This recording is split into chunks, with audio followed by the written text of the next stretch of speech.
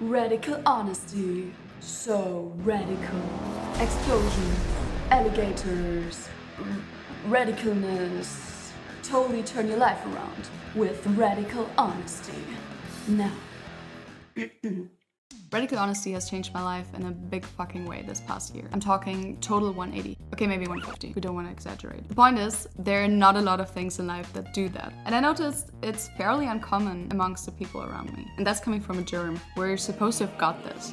Which is why today I want to tell you about my radical honesty journey, how it made things better, and what I learned along the way. So the plan is simple. I want to take you from here to here. I focus on two main areas, attraction and conflict. In this video, I'm going to tell you all about the conflict. And then in the next one, we'll talk about attraction. Now, before we begin, for the sake of all of our safety, it is crucial that we get three things clear. One, I'm not really affiliated with the movement of radical honesty. I use the term mainly because I think it sounds cool, and also because I actually think it's a radically different approach when you consider where the default is in most societies. You know, it's much more here, which brings us to the next point, this little part here. How I view it, I don't think it means to say every dumb thought that spawns in my brain, even though it might look like it. So don't use it as an excuse to be an asshole. Just be an asshole without it.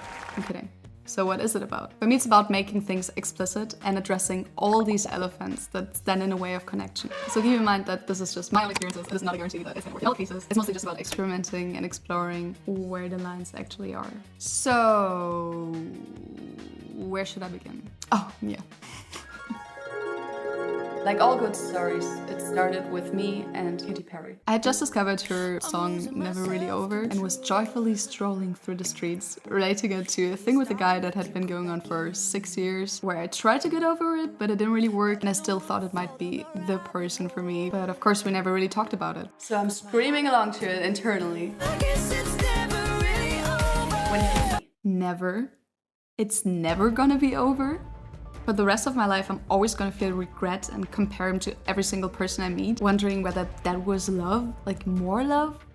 I can't live like that. And then I realized, holy shit, there is so many big fucking areas in my life that I have unaddressed tension in. And even though each individual one of them wasn't that painful, it just felt like a constant gray cloud that I was carrying over my head. Like I was running away from life, choosing a constant wound instead of just ripping off the band-aid one time. So I was like, shit. I guess I really have to do it. And I bravely set out to address all the things I never said. Okay, so I wasn't actually ready. But apparently I was in dire need for some conflict without actually knowing how, so the needle got ripped out for me really painfully. The first thing where I experienced the need for more honesty in my life was with my flatmate. When I moved in, everything started out really cool. Then after the initial phase of being super nice to each other, there started being smaller situations where I felt like my opinion is not equally valued here for decisions, even though that's how it should work in a normal flat-share. I felt more and more uncomfortable, but I didn't address his behavior because I felt like he wouldn't understand and it just would create conflict, so I rationalized it away. I also had this weird thought of, I need to learn how to handle people like that, until afterward I realized, no. A, I don't want to learn how to handle people like that because I don't want them in my life in the first place. And B, there's enough shit to be dealt with in life anyway. Like if I ever need to learn how to handle that, I would. But until then, I just want to spend the energy that this is sucking from me on better things. So that piled up for a while until my other flatmate moved out and this guy decided to turn her room into an Airbnb without me having any say in it. Which is when I finally realized this is not a person that I want to live with and I need to get out of here. So there I really saw that if I have a latent conflict where I feel like it would not be well received and maybe I just want to keep the peace, I need to say it anyway.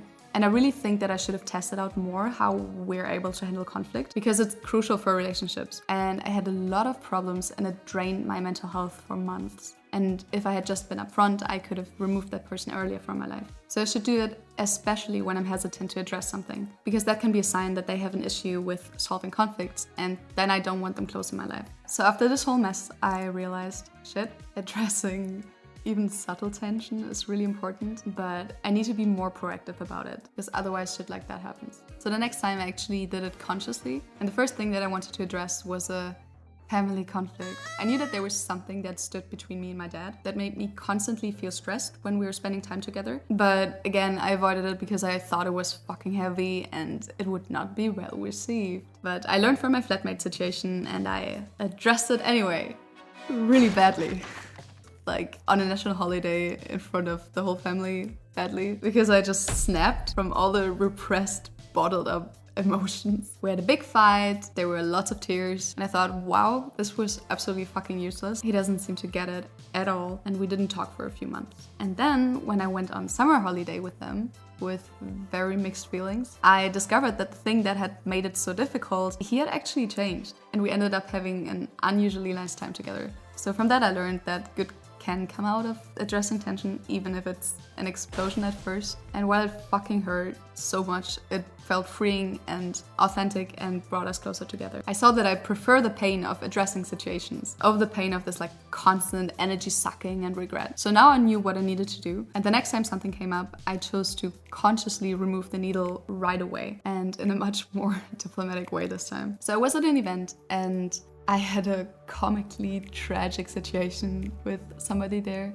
that left me with a really bad feeling, which I knew needed to be addressed. And that's a thing that can be exhausting when practicing radical honesty, if you know something really needs to be talked about. But because it's not the default, it's not likely that the other person is gonna do it, so you need to be the one doing it most of the time. Because even though now I've had more practice, of course it was still fucking hard. You know what you need to do and you're just like, I don't wanna. But in that situation, I was presented with the two alternatives very clearly when I thought the person had left already without us being able to sort it out. And even though it felt so hard to walk up to him that I was almost not able to do it, the regret in that moment felt much worse, of parting on a bad foot with somebody that I actually really liked. So when I saw that they were actually still here, I went up to talk to them. And in my head, of course, I had imagined all sorts of catastrophes, like walking all the way up to them, taking all my courage, and then them saying, I don't want to talk to you. But it actually went extremely well. And afterward, this led to really good connection. And I think when you had a lot of bad experiences with that in the past, for example, with a parent, that is something where we really need to retrain our brain. That most people actually react okay or even well. And most of the time, the bad things that you imagine don't actually come true. And belief updating is so important in general. So since I started doing that, it has been very beneficial for my mental health, confidence, and also has just become way easier and almost like a habit, which is pretty cool. For example, one thing I had struggled with before had been addressing bad behavior right away. Instead of thinking afterward, why did I say anything? Or I just didn't become conscious of it in the situation itself. And I think it was because I wasn't used to it or felt comfortable enough to do that. So my brain just filtered it out.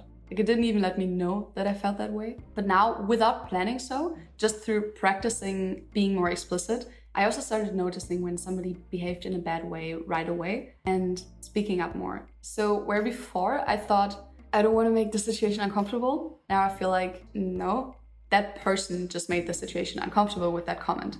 I'm just making it explicit. And that also really helps setting boundaries and giving other people feedback on how we'd like to be treated. Shortly after that, I stumbled upon an article about radical honesty, and I was like, fuck yeah, let me experiment more with that. But more about that in the next video. So I'm probably also gonna make videos about how to practice it and specific caveats, like where's the line, what do I think about ideas from the official movement, and when is being upfront even bad or just not worth it. So if you have any questions, write them in the comments. Please like the video if you liked the video, and bye.